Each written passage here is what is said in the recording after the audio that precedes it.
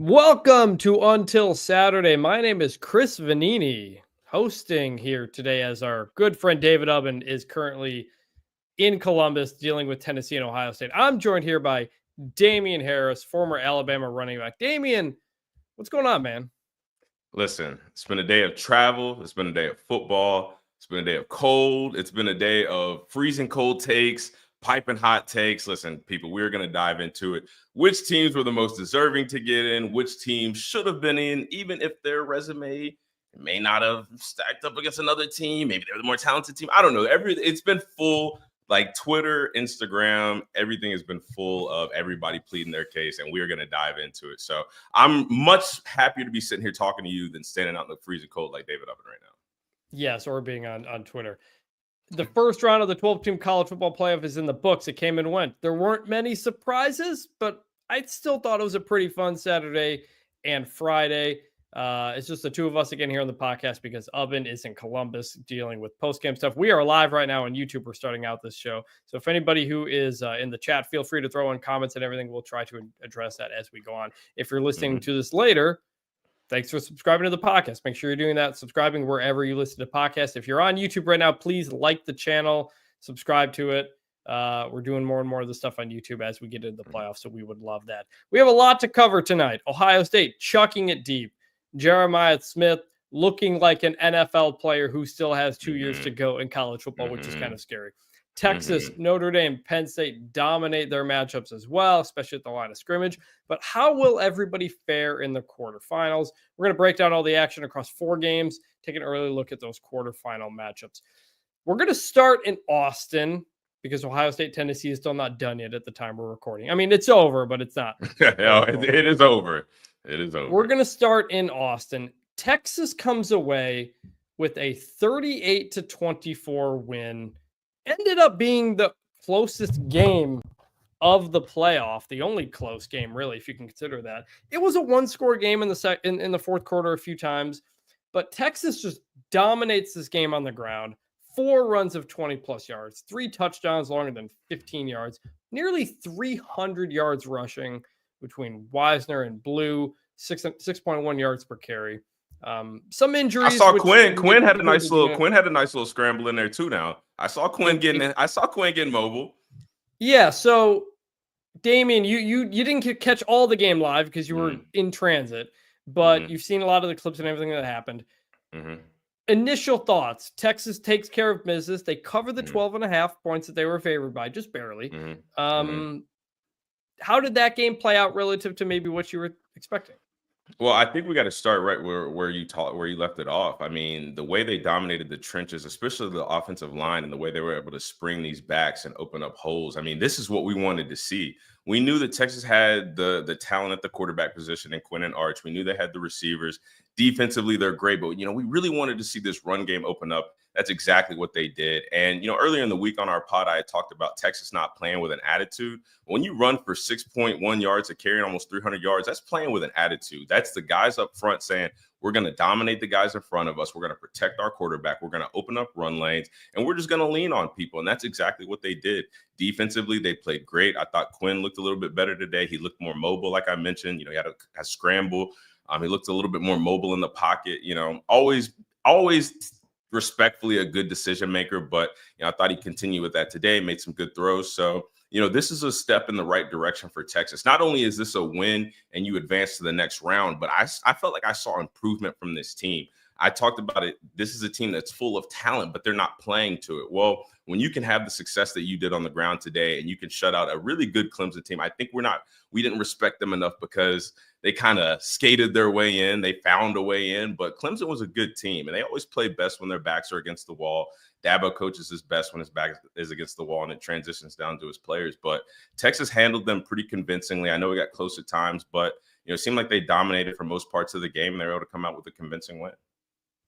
Yeah. By the way, I forgot to mention at the top, I'm coming live from State College, Pennsylvania. I was at Penn State SMU. We're all over the place.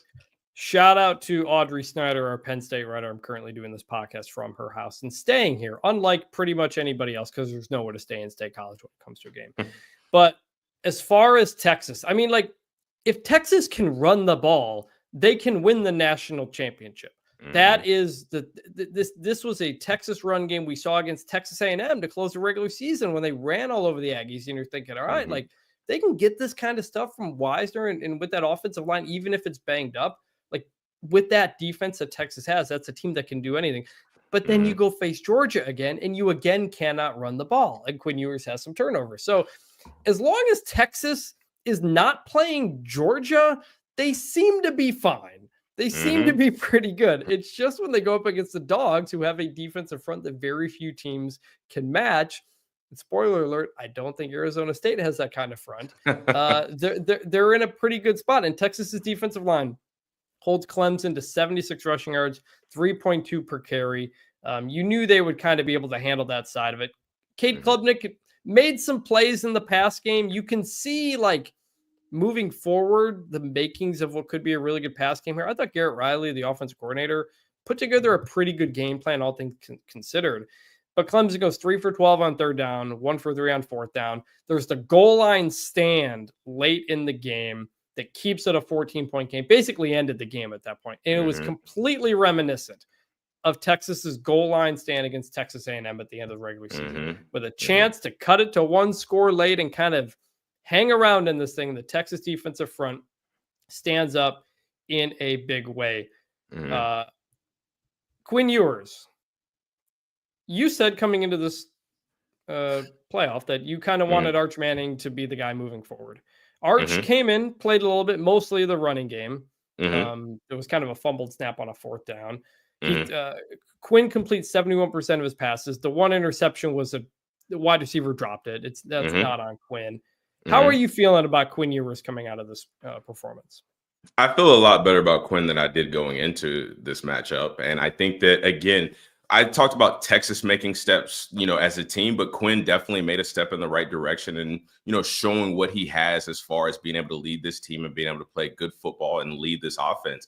I still think that they need to inject Arch Manning into this game, because at the end of the day, like, how many teams, Chris, have we talked about all season long that use a 2-quarterback system? I mean, Penn State was doing it before Prbula hit the transfer portal. They've done it at Texas A&M. Like, they've done it almost all over the country. They did it at Florida. They've done it so many different places.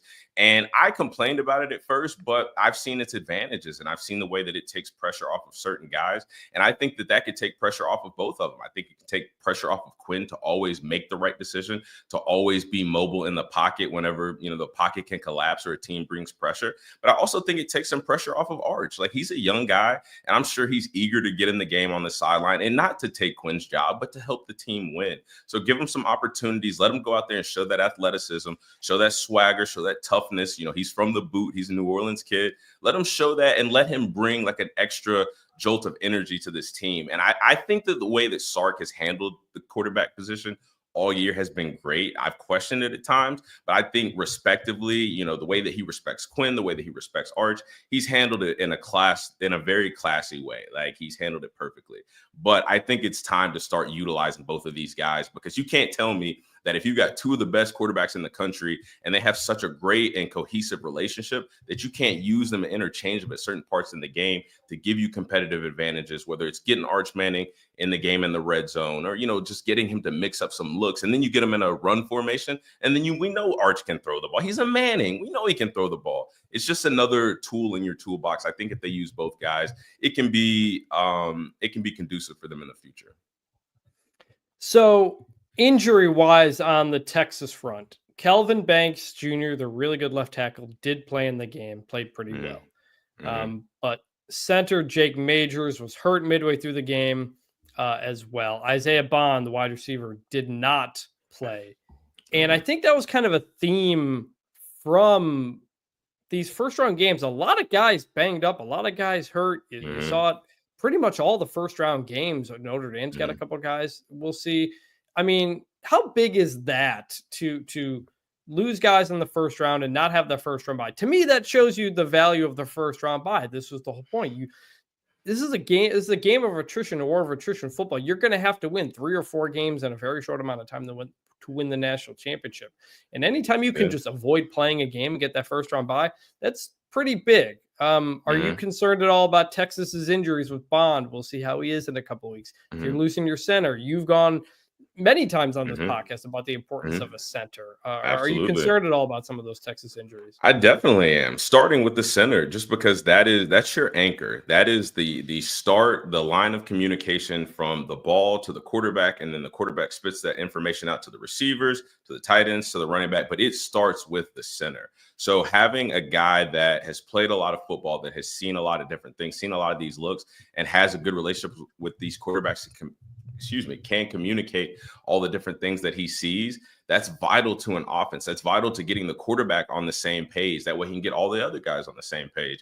And then obviously Isaiah Bond, like this is a pass first team. As much as we love the fact that they ran the ball and ran the ball well today, this is a pass first team. Sark has been that way his entire career. He was that way at USC. He brought a little bit of that to Bama when I was there. That's just kind of his pedigree. So having a guy like Isaiah Bond, who really is their number one target, in my opinion, not having him on the field, it puts you at a disadvantage. That's one less weapon for Arch, for Quinn, whoever's at quarterback. So you want to get these guys healthy. Hopefully they live in the training room the next couple of days, and they'll be ready for the next playoff game. Yeah, I got a lot of people in the comments talking Ohio State and Tennessee, talking a lot of smack, Ohio State fans, rightfully so. We'll get to that game in a minute. Will. That game is at the moment, it's not actually over yet. We'll get to that soon. But still, Arizona State, Texas, Peach Bowl. Thoughts? Texas early line, I saw 13.5 points. That feels about right. I will say though, not only did all the favorites win in this first round of the playoff, they all won convincingly. So I don't know if Vegas exactly knows what a lot of covers these betting lines for the playoff game. So all the favorites covered in a pretty big way. But the number one matchup here, when you're thinking Texas, Arizona State, is Arizona State running back Cam Skattebo against that Texas defensive line, which is really good and has pretty much stopped everybody when it comes to the running game. Is Texas going to shut down Skattebo in a way that forces Sam Levitt, the quarterback at Arizona State, to make plays? Can he make enough plays against Texas? The thing at Texas the whole time is, can you score enough to keep up with them and to beat them against that really good defense? I think I picked Texas to win. I picked this matchup. Texas, Arizona State in the quarterfinal. I've got Texas winning that game. But what do you think? Do you think there's any chance Cam Skattebo, our guy, I voted him third in the Heisman. Do you think there's a chance Cam Skattebo can get moving something here, or is this going to be too much Texas? Well, I think he's too good of a back for them to just completely silence him from this game. I mean, he is truly the heartbeat of this team, and they're going to go as he goes. So if it is a day where he doesn't get anything going, I wouldn't expect any success for this Arizona State team, especially when you put the game in the hands of Levitt. No offense, he's a good quarterback, but this Texas secondary is, in my opinion, the best in the country. Jahdae Barron, Jim Thorpe Award winner. I mean, they are great at taking the football away when it's in the air. So Cam Skattebo is going to have to emerge as a presence in the run game because, like I said, without him, they don't really have much of a shot. So they're going to have to find ways to create holes, whether it's, zone schemes, gap schemes. Like, it doesn't seem like any schemes really work against this Texas front, but they've just got to find ways to create numbers in the box, to create holes, and let Cam Skattebo get to the second level and do what he does best, which is run with power, run with toughness. He's got great contact balance. He's got the speed. He's got the athleticism. And if it all breaks down, let's not forget, like, he had a pretty big receiving performance in that Big 12 championship as well. Yep. So he's a guy that can be used out of the backfield. You can throw the ball to him. You can create matchups against linebackers, safeties, whoever wants to cover him. I mean, he really is going to be the focal point of this game. If you're Texas, he's going to be the guy that you have to stop. If you're Arizona State, he's got to be the guy that has a good day for you guys to have a chance to have some success on this Texas defense. Yes, I imagine. I'm very curious how they use Skattebo. I have to imagine you're going to try to use him in the passing game a lot, which he's really good in that spot, and we'll see that. So they have gone final now in Columbus, 42-17. The Ohio State Buckeyes, the world famous Ohio State Buckeyes, roll over Tennessee and move into the second round to play Oregon in the Rose Bowl, a classic matchup. Before we get into the game, let's talk briefly about the crowd, because this was like the talking point for a while. Tennessee fans bought up all the tickets, a lot of the tickets, figured out the pre-sale code, which I think turned out to be like OSU FB or something, which not very great if that's what it is. Right. And ends up being, I got to say, like 35% Tennessee fans, maybe more in that crowd. Obviously, the game ended up not going well for them, but Damien, as someone from Kentucky and that played in the SEC. What do you think of Mhm. Tennessee fans showing up to Columbus? I mean, the vibes at the beginning of that game before it Yeah. kicked off were as Yeah. bad as you could be if you're Ohio State. You're coming off the Mhm. loss to Michigan. You have to win this game. And now Mhm. you've got an invasion of your stadium like Ohio State Of fans have orange, of never that seen ugly before. orange. Yeah.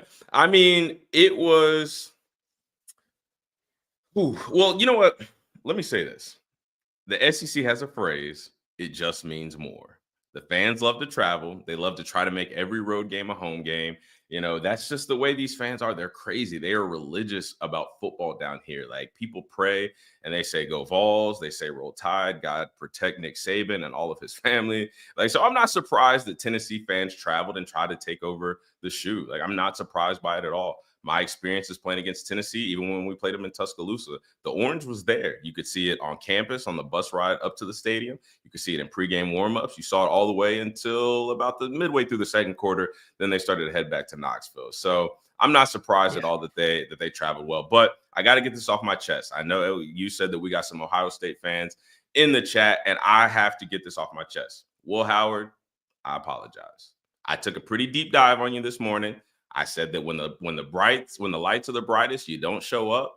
I said that you don't make good decisions. I talked about your arm talent. I talked about this, that, and the third. I even said it don't matter how good your receivers are. It don't matter how good Jeremiah Smith is if they don't have a quarterback to get them the ball. Well, tonight, in the biggest game that Will Howard has ever played in, I don't care about the Michigan game. This was the biggest game that he has played in, and he balled. He played phenomenal football from the first snap to the last. I know he had a turnover.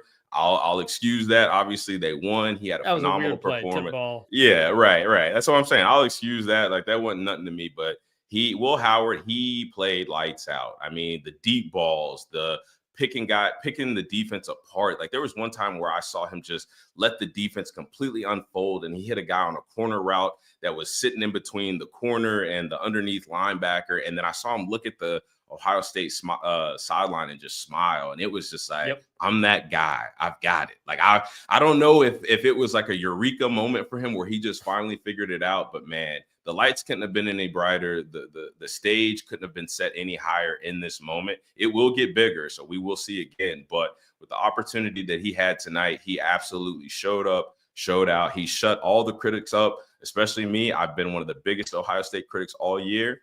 Hands down, Will Howard, y'all, Ohio State, y'all played y'all's tails off tonight. Got to say it. I mean, not just Will Howard played probably the best game of his Ohio State career. Yeah. He finishes 24 for 29, 311 yards, 2 touchdowns, the 1 interception in the end zone that gets tipped on a play that was probably pass interference that was not called. Yeah. The other Tennessee guy makes a great play to make the interception. Mm-hmm. If that doesn't happen, if that goes up 28, that was when the game was 21-0. If they make it 28-0 there in the first half, that game's probably over at that point. That kept Tennessee in the game. They get it back to 21-10 at halftime before Ohio State runs away in the second half. But not just Will Howard, Chip Kelly. We got to give Chip Kelly a flowers after shot. He rightfully took a lot of crap for that game plan against Michigan, in which all of us said, hey, you have Jeremiah Smith on your team. You have Emeka Egbuka on your team. Maybe you should throw the ball downfield to those guys. Well, you know what Ohio State did in that first drive? I think 4 passes, 1 run, throwing deep balls to those guys, touchdown Ohio State, and we're off and running. That is the Ohio State game plan that we need to see. That's the Ohio State game plan I talked about coming into this game, which was throwing to set up the run. Because Tennessee's got a really good defensive line, but they're prone to giving up big passing plays. And what did they do? They threw it up to those guys who are going to be playing the NFL pretty soon, and they got it done. Chip Kelly had an excellent game plan. This is the Ohio State team that was my preseason number 1. This is the Ohio State team a lot of us thought could win the national championship. And coming out of this game, they're going to be picked by a lot of people to win the national championship, even with Oregon next on the schedule. It was nice to see it all come together because there's so much talent on that team. All the pressure that Ryan Day was under. I don't know if Ryan Day really could keep his job if they lost that game. I know Ross Stork is saying he's our coach, but this was so cathartic for Ohio State to not just get a win after Michigan, but to win in convincing fashion, to win throwing the ball the way everybody wanted you to play against Michigan, and to win against a Southern team, an SEC team coming up to Ohio Stadium, which never happens. So we'll get into the weather and the blowouts and stuff like that, but unbelievable performance by Ohio State. Is this a team, Damien, when you come out of this game, do you think, hey, do you think that team can win the national championship? Absolutely, without a shadow of a doubt. Out of all the performances that I've seen all season long, like scrap just the playoffs in these first couple games, out of all the performances I've watched all season long, all the games that I've scouted and watched these teams play and evaluated, that was the performance that I looked at and saw a team and said, that right there is a national championship team. If they play that way, against Oregon, they beat Oregon. I would pick that Ohio State team against any other team in the country right now, because offensively, when you've got Will Howard playing the way that he played tonight, then you let Emeka Egbuka just run and Jeremiah Smith just run down the field and just go get the ball, which is what they do best. And then let's talk about the run game. Travion Henderson was phenomenal tonight, not just in the run game, in the pass game too. Kirk Herbstreit said it exactly what I was thinking. Every time 32 touched the ball tonight, I held my breath a little bit because I almost thought he can take it the distance on any given play. Then you look at this defense led by Jack. Here's what Henderson did. Here's 10 catches, 10 rushes, 80 yards, 8 yards per carry, 2 touchdowns, 4 catches, 54 yards, average 13.5 yards per catch. That guy was everywhere. That's a day that makes NFL GMs and NFL head coaches go, I want some of that.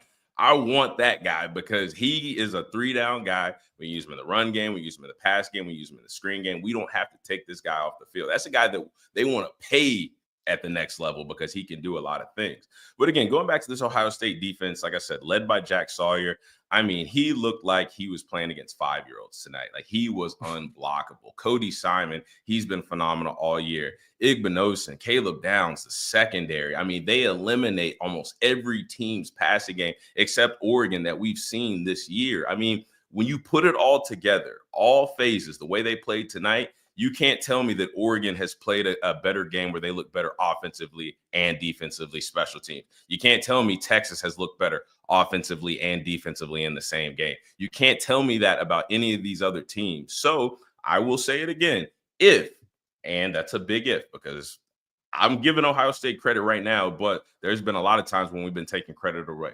If they play this way, they would be my national championship favorites against any team that they could face off against. And it's a fair thing to ask, is that fair to Oregon? We'll get to that in a minute. But the Ohio State defense, yeah. Now, I wanted to ask you a question, because you've been covering the sport a lot longer than I have. Have you ever seen a wide receiver that looked as NFL ready as a freshman, as a true freshman, as Jeremiah Smith? Like, that dude, I remember, and obviously we saw how great all of his plays were, but I remember just looking at him in his stance one time, and I was like, oh my God, look at this dude. Like literally just look at him. Like, you don't even have to see him take a step. Just look at him. Like, he's 225 pounds. He's 6'1", 6'2". I mean, he's fast. He's strong. He attacks the football. He plays with suave, like almost, I remember at the beginning of the season when he had that OPI against Oregon that ultimately kind of cost him the game. There were some other plays that cost him the game, but that was a crucial point. And I remember talking about that play and talking about, he's just a young guy, and that was a young guy mistake. But I've seen tremendous improvement from a generational talent. Like, it's like he's learning the ins and the outs. He's learning the nuances. He knows how to throttle versus zone. Obviously, he knows how to get open versus man. He knows how to work the coverage patterns. When he knows teams are either going to play tight man coverage and try to eliminate him from the game, or they're going to double cover him. He always knows how to get open. You rarely see him drop the ball. He's strong when he gets the ball in his hands. You can't really bring him down. He stiff arms guys, like, and runs through them like a running back. I mean, I'm sorry. I took up all your time on my question, but have you ever seen a guy that's this NFL ready as a true freshman? I mean, as a true freshman, I don't remember exactly how Julio Jones was as a freshman, but that's the guy he reminds me of. I mean, in the comments, XA43 said the same thing. He's a Julio Jones level prospect. I feel like Dane Brugler, NFL draft expert, guy who always knows what every pick's going to be, tweeted during the game that if Jeremiah Smith was eligible, he would be competing with Travis Hunter to be the number 1 non-quarterback picked in this draft. He's a freshman.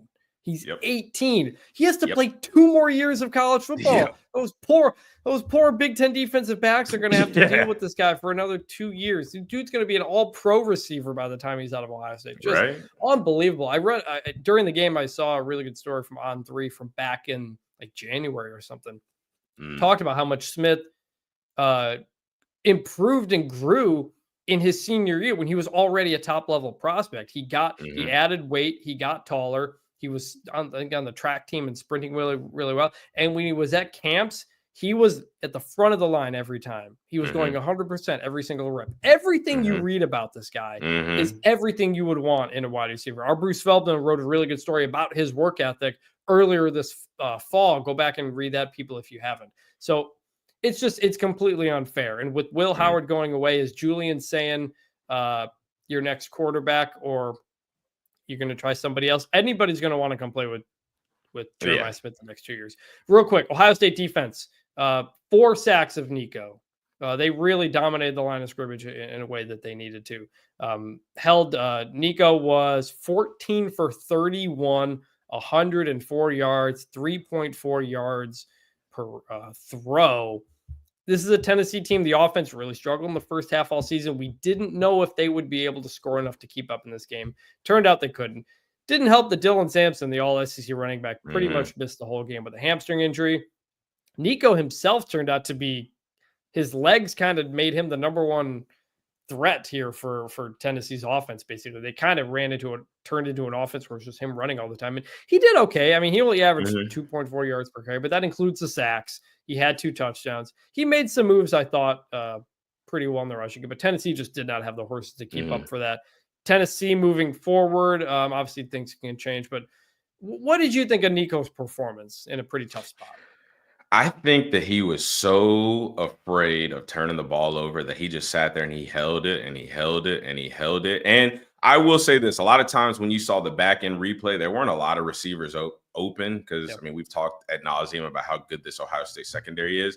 But at some point, dude, you got to cut it loose. Like, you got to take a chance, because when you're not moving the ball, like clearly you said it, 3.4 yards per pass, like I would expect you to say that about per rush. Like, not per pass. When you're not moving the ball through the air, you're missing your SEC Player of the Year running back. You have no receivers that can take a screen and make it a game-breaking play. Like, at some point, you've just got to cut it loose, because at a certain point, going 3 and out and just punting the ball away, so different than just chucking the ball up and getting a pick on the opposite end. And sometimes you're just flipping the field position, and it's just like a punt on 3rd down. But like, I think that Nico had, I don't know what it is. I don't know what it is. We've talked about it. We've tried to figure it out. Why does he seem so tentative at times?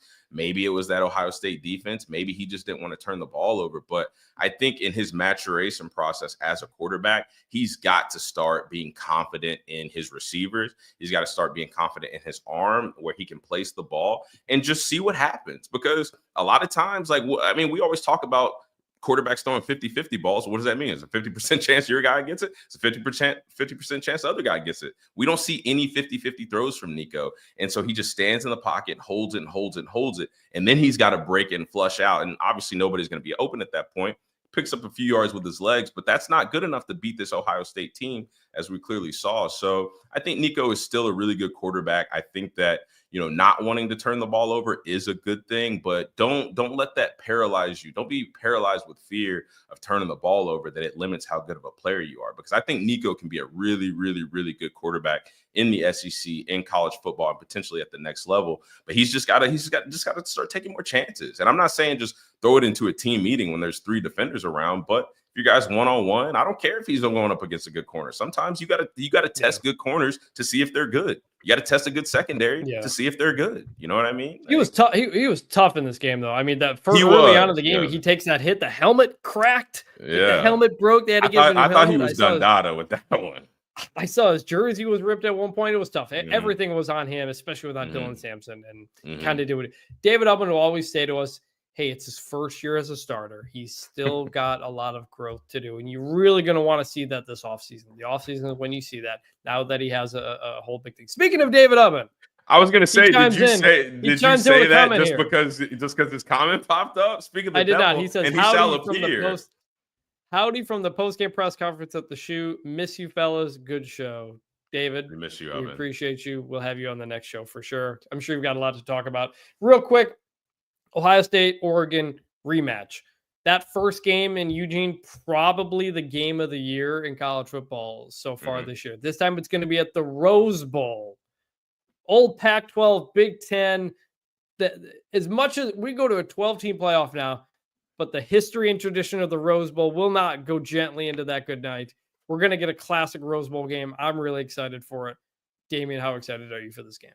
I am stoked. Like, listen, the Rose Bowl, the Coliseum, that's one place that I always wanted to play. I think it's such a historic staple in college football. The sunset is going to be beautiful. I know Ubben's going to love to see it. But like you said, we've got that old traditional Pac-12 Big Ten matchup in Pasadena. So it's going to be a rematch of, like you said, the game of the year.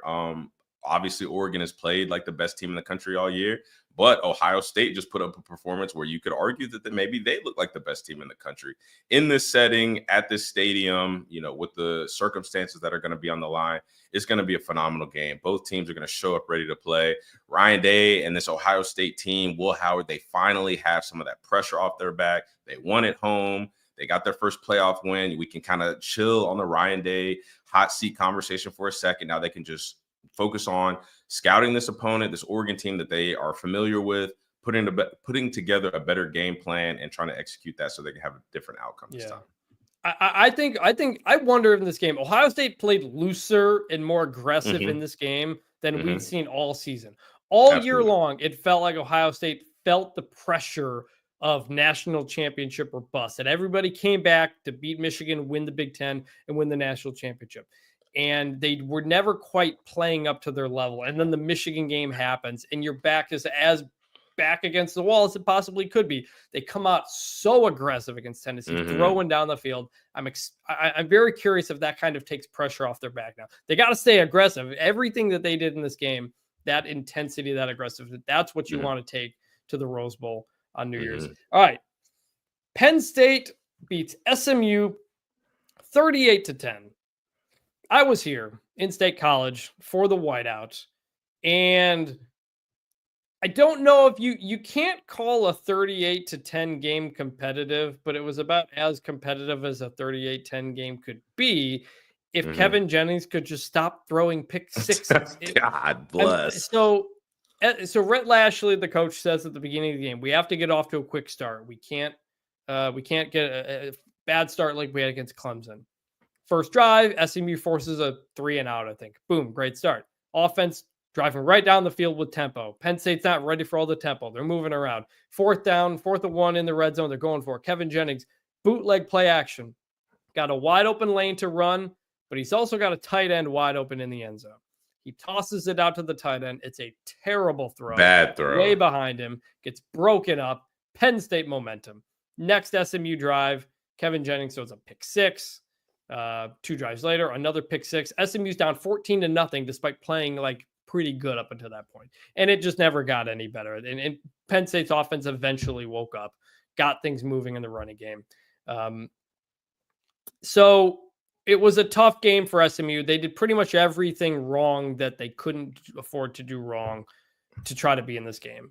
And that's the real shame of it, is they never really gave them a chance.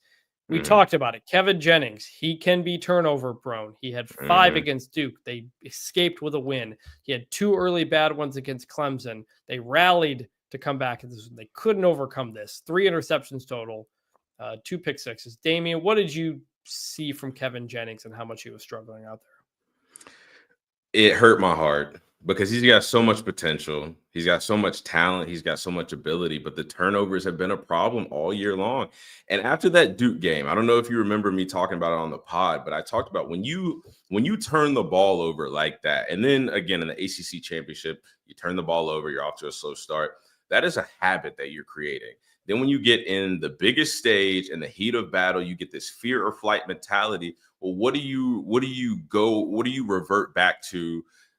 Well, let me say this. What do you revert to? It's what you've been doing all year long. what has Kevin Jennings been doing? He's been turning the ball over. So now when he's in the most crucial situation that he's been in his life, what does he revert back to? Not playing at a high level, playing at a low level, because that's what he's gotten away with. Beating a team like Duke when you turn the ball over 5 times, it can go one of 2 ways. Either you can seriously take that as a hard lesson of what ifs, like what if we didn't win this game? We wouldn't even be here right now. Or you can be like, oh, okay, well, we got away with it. We won. We're still good, even though we turned the ball over a bunch of times. Like, well, it'll be okay. It's not going to be okay. So I hate that he's had this problem all year long. Well, I shouldn't say all year, but at certain points during the season, because then again, in a situation like this where you're playing a really, really tough Penn State team, a really good Penn State defense, and you can't turn the ball over, that's all he did. And I mean, even when he wasn't turning the ball over, he looked unconfident. He looked like he had like a deer in headlights. Like the moment was too big. And that was another one of my questions about expanding to the 12-team playoff and having some of these teams that have never, been in these positions before. How would they respond to the bright lights? How would they respond to being in the CFP playoff? Well, I think when you have a bad habit of turning the ball over and you're not ready for the moment, you get exactly what Kevin Jennings and SMU got today, which was a beatdown. Yeah. Stage was too big for him, and you could tell. You kind of got that sense against Clemson last week, and he'll be better for it next year. He will. You could see on the sideline, I think after the second one, the camera cuts to him, and he just kind of has this big exhale, like he's like, I can't believe this is happening to me on the big stage, and it's too bad. But 21 of Penn State's 38 points come off of turnovers. Star of the game, Penn State linebacker Dom DeLuca. No, that's not the owner of a pizza chain. No, that's not a construction union in Boston, New York. That is a college football player with the most Penn State name you could possibly think of. He had 2 interceptions, returned 1 for a touchdown, 5 tackles as well. Penn State, Drew Aller was off for much of this game in a weird way. Everything that was supposed to be on schedule, he wasn't making plays. He was not throwing to open guys early on. He wasn't seeing things great.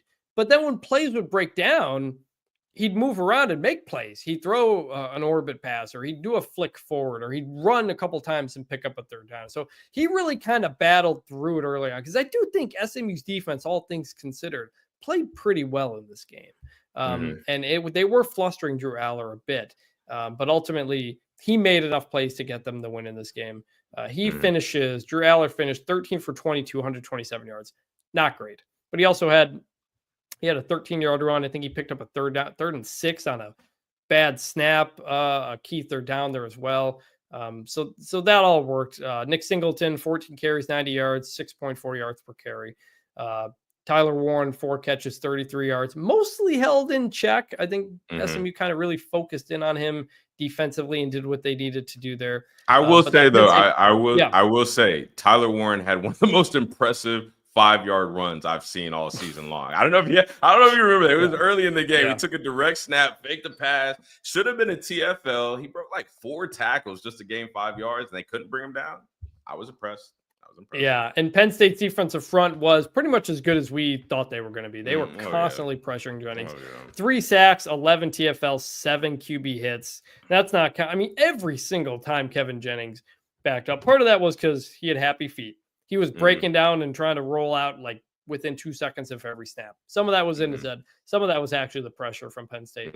Abdul Carter, Brett Lashley knew that he was going to be a problem. He was a problem. He had several TFLs, was constantly pressuring him there. And the rushing offense eventually kind of got going for Penn State. They finished with 189 rushing yards, 4.7 per carry, 3 touchdowns, had about 7 plays of over 10 yards.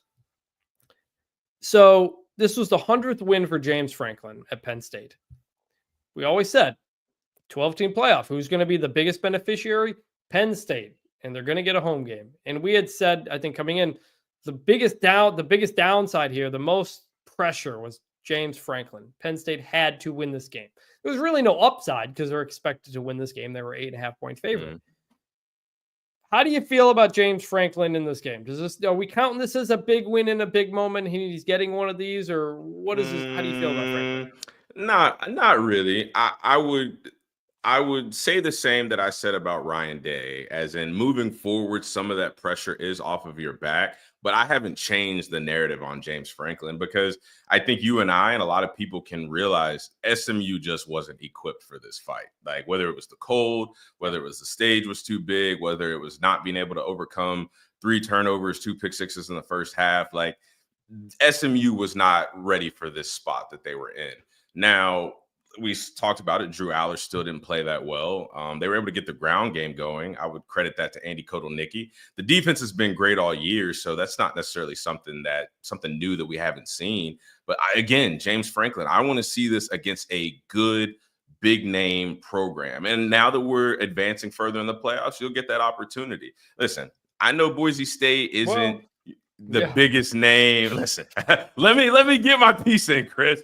I know Boise State is not the biggest name right now, but you still have – this is a respectable team. You have to stop Ashton Genty. Listen, I know people are going to talk about, oh, that's all they got. Well, hell, you still got to stop him, and a lot of teams haven't been able to do that yet. You got to stop him. You got to get through them because if you win that game, then we're still going to be having the same conversation. Okay, well, you beat a G5 team that, lucked their way into a number 3 ranking and a first round bye, yada, yada, yada. Well, you win that game, then you're going to play a real blue blood. You're going to play somebody with a sticker on their helmet. You're going to play somebody with a name on their chest that means something. Somebody's got championship pedigree. Once they win that, if they win that, then I will change the narrative on James Franklin. But again, beating an SMU team that clearly showed, starting with their quarterback, their leader, that they weren't ready to be there.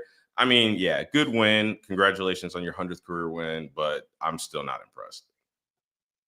Yeah, James Franklin beats the teams that Penn State is more talented. That they're supposed to beat. They were supposed to win this game. He wins the games they're supposed to win. And that's what he did here. Good win. Had to have it. I think Boise State's probably going to be the same situation. You're going to kind of want to have to get that. That Penn State defensive front against Ashton Genty is going to be one heck of a matchup there in the Fiesta. Yes, I'm really looking forward to that. SMU, you go 8-0 in the ACC, but you lose to Clemson and you get blown up by Penn State in your last 2 games. It's tough. I think it kind of showed the ceiling of this team and how far Kevin Jennings and that current makeup could get them. I do think you got to feel good about the future, though, because absolutely the talent level on this team is only going to get better from here on out. This was pretty much an AAC, an American Conference team in the ACC. Remember, it was only a year ago they got the invitation, so they didn't have time to build up recruiting classes and transfer classes to be like, hey, we're pitching the ACC to you guys. Come on in. So I think that's they've got a top 30 recruiting class coming in. I think they're very much heading in a good direction. They kept Rhett Lashia, the head coach. They kept Scott Simmons, the defense coordinator, really good coach. So they're going to continue to be a force moving forward. One last thing on SMU. Did you see the billionaires who couldn't fly into State College, Pennsylvania? Yeah. So those poor people, man. I swear, I feel so bad for them. Don't you, Chris? Don't you just feel so bad for those poor private jet owners who just have to take a shuttle from their private hangar to College Station and then take the shuttle back to their private hangar and then fly to Aspen or wherever they were flying to? Don't you just feel so bad? So I've written about a couple of these billionaires and how they kind of built up the program again.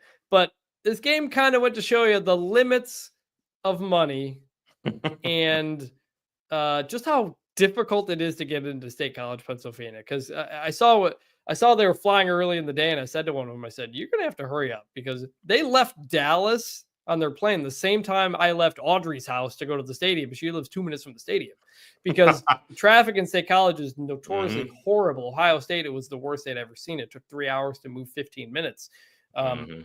So that was the setup. So they fly to State College. The airport's full. Like there was no room left at the airport. I've been to the airport. I'm flying out of it on Sunday. It is very, very tiny. There's like 20 rental cars in the whole airport. And so they had to get diverted to Williamsport, where the Little League World Series is. And the bus that was going to take them from the State College airport to the game had to go out to Williamsport to get them and bring them back in. And Ross Dellinger tweeted a photo of it. You've got Bryson DeChambeau on there, the golfer. You've got Craig James. You've got Lance McElhaney. Really a collection of characters, but it turned out to really be a harbinger of things to come because by the time they got to the game, it was 21-0. Yeah, it was already over. They missed everything. So tough day for the billionaires. I think they'll be okay ultimately in the end. It was at this point when everybody wanted to talk about teams that did or didn't deserve to be in the playoff. And we'll get to that at the end of the last game here because it ties into the last one, which is Notre Dame suffocating Indiana 27-17, a game that was not that close until Indiana scored 2 touchdowns late.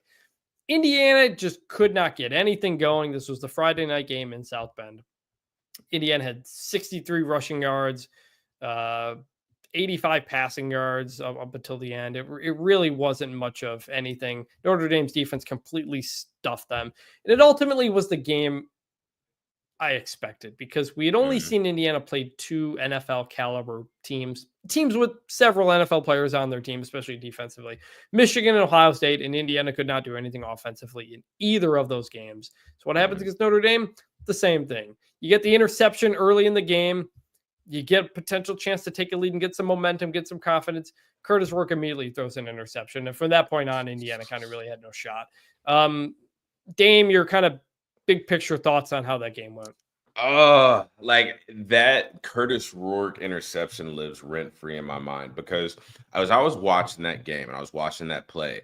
That interception came off of a deep ball that he threw and it was caught by the receiver, but it was one of those, are they going to review it? Are they not? They hurry up, they run to the ball, they snap the ball. As soon as I saw that it was a pass, I said, do not force the football just because you're hurried, your mind is moving a little bit faster, your heart's pumping a little bit faster just because you're in a hurry up mode. You don't want to review. Do not force the ball and create a turnover. And I'd be damned if that is not exactly what he did. I mean, it was very forced, just absolutely forced the ball in there.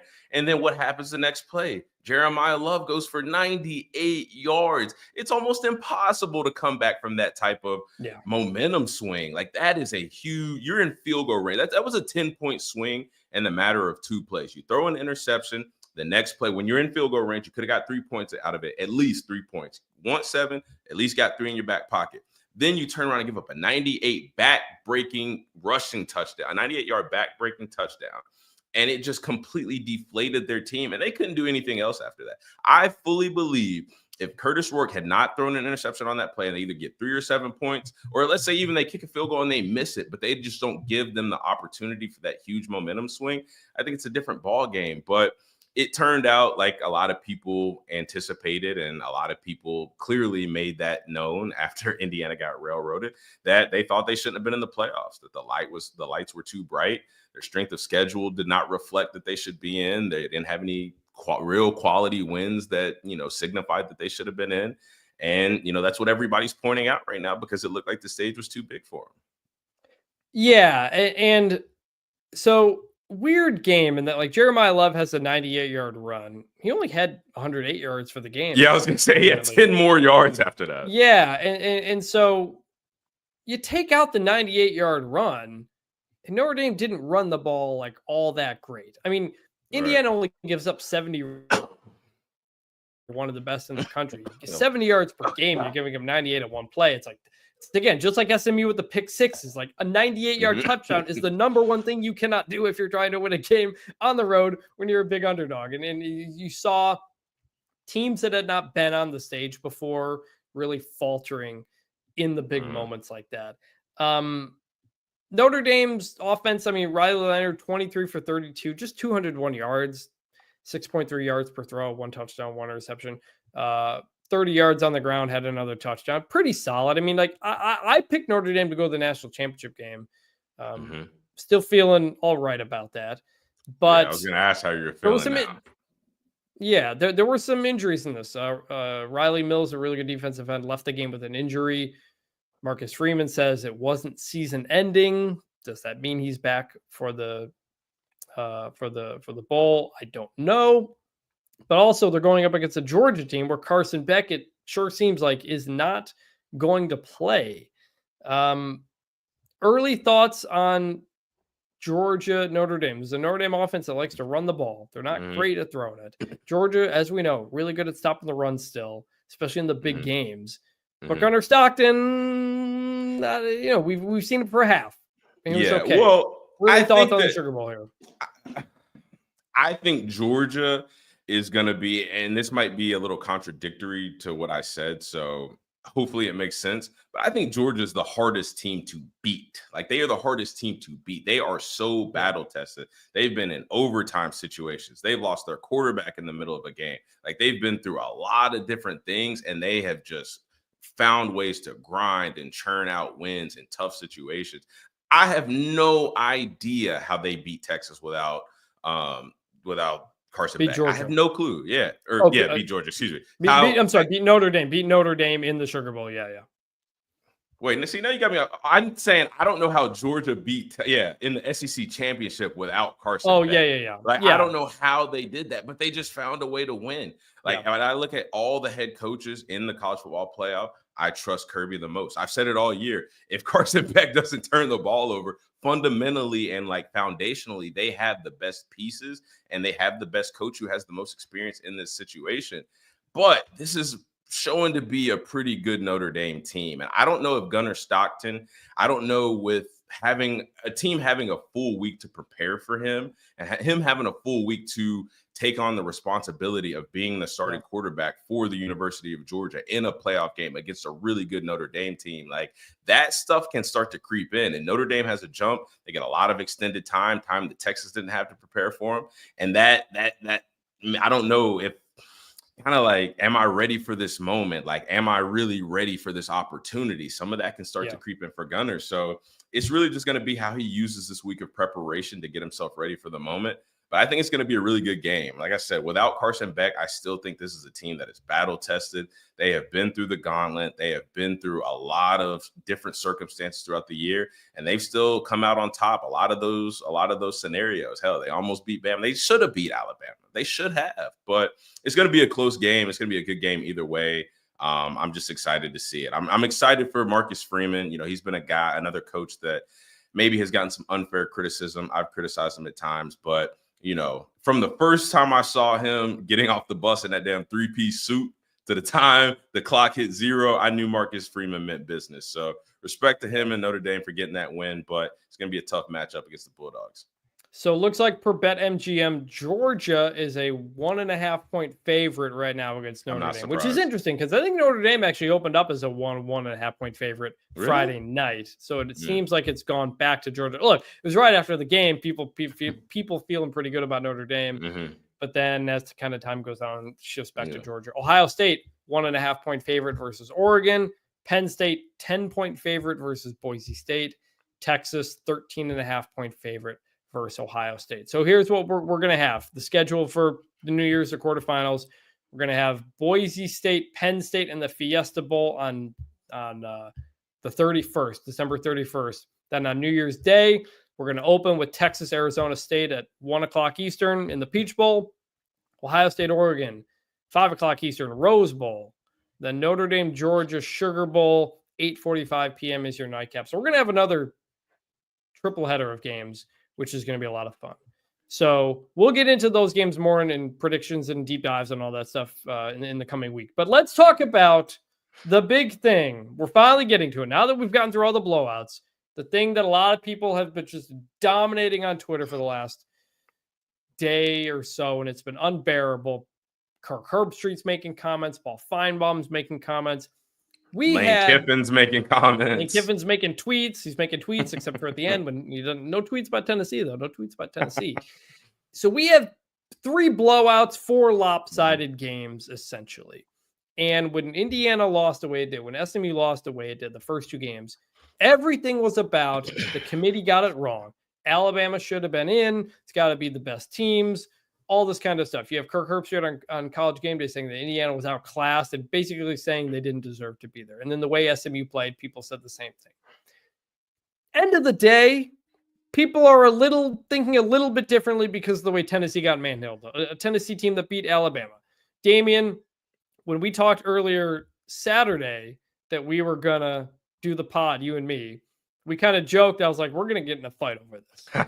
I think cooler heads have since prevailed, maybe or maybe not. Yes. But first 12-team playoff, first round we've ever had. You were not a fan of the expansion of the playoffs. But now that we've had this first round, what are your general thoughts on kind of how all the games played out and what it says about the playoff and the sport? 12 teams is too many. I said it to start. I'll say it to finish. 12 teams is like, you cannot. there's not enough metrics, right? Because I've sat here and I've argued with a lot of people on Twitter. I argue with James White for 2 hours on Twitter. We argued about strength of It's your schedule. boy. Yeah, right. We argued about strength of schedule. We argued about record. We argued about big wins. We argued about ugly losses. There are not enough metrics to decipher through who are the best 12 teams. Like I don't think there's a true way to evaluate it, because whether you're arguing Alabama or SMU, both of them had great arguments. So it's like SMU made it to a conference championship. They had the better record. Alabama had the better strength of schedule. They had the better wins. As the committee, you just have to make a choice as to which one you favor. Do you see it this way? Do you see it that way? That's a subjective opinion that they collectively come to. Like, at the end of the day, just because it's a bunch of people that come to one agreement, that's still an opinion. It's not fact. So I don't think that there is a reasonable way to clearly identify who are the top 12 teams that should go in the bracket, how they should be structured, how they should be ranked. I don't think that there's a way to do it. I think if it stays at 12 or it goes to 16 or it goes to however many, anything more than 6 or 8 is far too many, because you just cannot. Once you get to 10, 11, 12, 9, 13, 14, throw Miami in that conversation. There's too much argument. There's too much, oh, well, what about this? What about that? Where there's not just a fine line where it's black and white. It's too much gray area. Like, I don't know what the committee values at this point. Do they value getting to the conference championship? Do they value strength of schedule? Do they value wins? Like, I really don't know at this point. Like, maybe some people think it's clear. I don't think it's very clear, because I think there were some teams that got in that shouldn't have got in. I think there were teams that were left out that could have potentially got in. I think when you look at the results, the blowouts, like, this isn't what people wanted to see. Maybe the committee did this just so people would jump in and argue about it. Maybe that would bring more engagement. But actually looking at the results of this games, this isn't what people want to see. And I always will go back to saying it's because there's just too many teams in this format. 12 is a flawed system. We've seen that. Like, we talked about it before we even got to the playoffs, that this was probably going to be a flawed system. Well, we've gotten here and we have seen just how flawed it is, because now it's like everybody's a media member now. Everybody's an analyst. Obviously, everybody has an opinion, but nobody's truly right. It's really just the committee that's right and who puts the teams in. But again, I will go back to saying they just formulate an opinion. And I think that 12 teams, that's too many opinions. That's too many different things to sort through and evaluate. I think 6 or 8 teams is a sweet spot, because again, once you get into 12 teams, then you start to just let teams that, even if they deserve to be in based on the metrics and getting in the 12-team playoff, well, they go and play just better teams. And like I said at the beginning of the year, there are different levels and different tiers. I said Alabama was one of the teams in the top tier. I was wrong. They're not. Yes, I feel like they should have been in the playoffs, but do I think they're a playoff team? No. Why should there be 12 teams? Why should we have teams that aren't good enough to play for a national championship, be in the playoff? I don't get it. I understood the sentiment after how the first 2 games went, but by the end, I came fully back around and think that not only did the committee get it exactly right, that this is the limit of where it needs to be. A few things. We start with Indiana. Everybody freaked out. Indiana shouldn't have gotten in. Folks, Indiana was 11-1 in the Big Ten. That an 11-1 Big Ten team is always getting in the playoff, beyond 4 teams. Just 8, 12, 16, whatever. Indiana was always making it in. Well, they didn't play anybody. Well, whose fault is that? Indiana played the 2 teams who played for the national championship last year. They were put on the schedule. Turned out they weren't great, because you know what? When you make an 18-team conference, it's impossible to have even schedules. And you're going to have teams that don't play difficult schedules that end up getting into the field. Texas, to a lesser extent, was the same situation in the SEC. Blame conference realignment for all of this stuff. This is why it happened. That's why Indiana made the playoff, whether or not you think they deserve to be there. But Indiana was never getting left out. They finished tied for second in the Big Ten. You want to go to the conference auto bid thing that the Big Ten's pushing? Indiana's still getting in there either way. That's conference realignment. That's what's going to happen. The SMU Alabama thing didn't look great for SMU in that game. But we had another performance this season that was very similar to Kevin Jennings. You know what that was? Kevin Jennings today looked a whole lot like Jalen Milroe did against Oklahoma when he threw 3 interceptions. I think one was a pick 6 and one got returned very far back and was nearly another pick 6. And Oklahoma went 6-6 and they got destroyed on the road. lost by a similar margin of victory. It all looked pretty similar. So, like, we've seen Alabama play as bad as SMU played on Saturday. And ultimately, when Tennessee goes out, Tennessee, the third place team in the third place team in the SEC, goes out and gets completely pantsed by Ohio State, a team that beat Alabama. To me, that ended the conversation. Like, it's like, we don't need to, at this point, it's pretty clear. When seeds 9 through 12 get blown out, that tells me we don't need to add any more teams to the playoff. 12 is fine enough. I thought 12 ended up being perfect because it made the regular season mean more. And so when SMU and Indiana and Arizona State and Boise State got in, and you had more games with stakes, if you go more and you've got multiple 3-loss teams getting in, you're doing auto bids with the conference like the Big Ten. I mean, that is the path of taking us down to the regular season not mattering. I think we found exactly what that limit is, 12.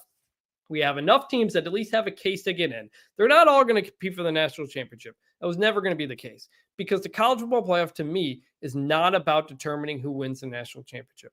It's about access and about making the playoff. The NCAA tournament is not about who wins the tournament at the end. It's about making it and the fun you kind of have along the way. We haven't had a lot of fun this way. The other thing, the blowouts. Everybody, when we having all these blowouts, people are saying, well, are we sure the 14 wasn't good? Folks, you remember the 14 playoff? Every other game was a blowout. The median point difference in the 14 playoff was 17 points. More often than not, it was a blowout. Guess what the point differential was in the first round? Pretty much the same thing. Actually, a little bit higher. So there's not a perfect fix to any of this. You can't just say, oh, do this and we'll have a great playoff. College football is a sport full of blowouts. That's the history of the sport. In big games and regular games, the thing is, we get to Saturdays. When you watch 40 games on a Saturday, maybe like 5 to 10 of them are close games, and you end up like remembering them, and you kind of forget all of that. When you only have one game on in a window, the odds are it's probably going to be a blowout, because that's how college football works. It's a sport played between young people, and sometimes the talent differential is very big, and it's very volatile. So I'm glad the way Tennessee lost at the end ultimately kind of, I think, lowered the discourse and kind of changed that narrative a bit back to like, maybe that's it. I think we learned in the first round that 12 is as big as it needs to go. And also, I think we learned that Ohio State, Notre Dame, and Penn State are really good teams. I think all three of them could win the national championship. So the games kind of sucked, but I thought the environments were great. I thought ESPN TNT did a good job with all of it as well. I'm really excited for these quarterfinal matchups. So we'll see, come national championship game, if they decide to expand the playoff any further. But my takeaway here is the 12-team playoff worked exactly the way it was supposed to. Even if we didn't get good games in any further, could diminish the regular season anymore. That was my long-winded defense of it. I had a lot of things to say, but it was taking over Twitter because the games were blowouts. Nobody had anything else to talk about. You're getting in Twitter fights with James Boyd for 2 hours. Yeah, like that's all you could talk about. But see, that's another thing, and I promise I'm not going to go along on this, but that's one of the things I don't like about the 12-team playoff and having so many teams is we start shuffling through and evaluating and talking about teams that we really just shouldn't. And I'm not going to say it's because they're on a different tier, because of this or because of that. It's just because we just should not. And I think the games reflected that. I want to make that point clear. I think the games reflected that more so than Alabama should have got in over SMU. Ole Miss should have got in over Indiana. Like, I'm not here to debate that Alabama should have got in over SMU. Like, that's not my point. I was saying that in reference to that comes with the flaws in the 12-team playoff. That's obviously been something that's been talked about. But in totality, I just think when you have 12 teams, you're talking about too many. You're evaluating too many. You're giving too many people the opportunity that I just don't think is deserved by not winning a conference, having a good schedule or having a good record against a bad schedule, not winning a conference championship, but then still getting to get in. And then the result is what it is. So I don't think that we should replace them with somebody else, because Alabama very well could have gotten blown out by any of these teams. Like, that absolutely could have happened. Hell, they got blown out by Oklahoma. But I just think that instead of trying to figure out what teams we should replace these teams that are getting blown out with, we should just take the spots away. I'm with you, Chris. I think 12 is absolutely the most it can go. But I really think they can scale it down, because if not, we are going to continue to have these blowouts, because like you said, it is a part of the game, and then people are going to continue to complain and then make these cases of why their team should have been in. Their coaches are going to be tweeting on Twitter talking about this is why my program should have been in. The committee, wow, this is really riveting what you guys Did you put see? together. Did you see Dickie? Did you see Dick Vitale fire back? Yeah, that was like way like Dick Vitale off the top ropes coming at Lane Kiffin. Definitely was not on my bingo card to end 2024. Yeah, ultimately, when I got here in State College on Wednesday night, and Thursday we went around the town of State College and I looked at a lot of the merch that was going there. One of the things that they had was a shirt, and on the back it had the 12 teams that were in the playoff. And when I saw teams spanning from Georgia to Texas to Indiana to Oregon to Boise to Arizona State and everything in between, my thought was this is what the playoff needs to be for college football. It has to go coast to coast. It has to include everybody, because the problem with the 14 playoff, it was so concentrated in the South and the Midwest. And I don't think that was good for the long-term health of the sport. You got to make other people feel like they're involved in the highest level of the sport. The 12-team playoff did that, even if it was a blowout. But we've got a lot to get into. We'll get into that in the coming weeks here. So first round's in the books. Not great games, but I had fun. I hope you had fun, Damien. I hope everybody else had enough fun listening. I hope you had fun listening to this podcast. Please consider subscribing to the podcast on Apple, Spotify, Overcast, wherever you listen to podcasts, as well as YouTube. If you're watching it on YouTube right now, please subscribe to the pod. We're going to be doing a bunch of stuff throughout the last month of the season here. Check it out. If you're listening, it's youtube.com/Until Saturday. You can also call the Until Saturday phone line. Leave us a voicemail at 316-462-9852. We try to read those on the air when those come in. Check out the Until Saturday newsletter as well. Jana Bardall, my colleague, does a great job with it. It's free. Get it in your inbox. It's doing really good numbers. You want to get on board with that newsletter. Everything will be in the show's description, including that newsletter, including our stories. Damien, David, and I will be back in your podcast feed soon, Monday afternoon. We will catch you up and get deep dives into the quarterfinal games, the Fiesta Bowl, the Rose Bowl, the Sugar Bowl, the Peach Bowl. Going to be a lot of fun. And David Ubba will be back with us if he's not frozen yet from his time in Columbus. I made it through State College. I think he can make it through the freeze of Columbus, Ohio. We will see. And if he doesn't, who knows? I'm not David Ubben. My name's Chris Vannini. He's Damien Harris. Miami's not in the playoff, but still, please. Bring it back, baby. Bring it back. Bring back the turnover chain. We'll talk to you guys Monday.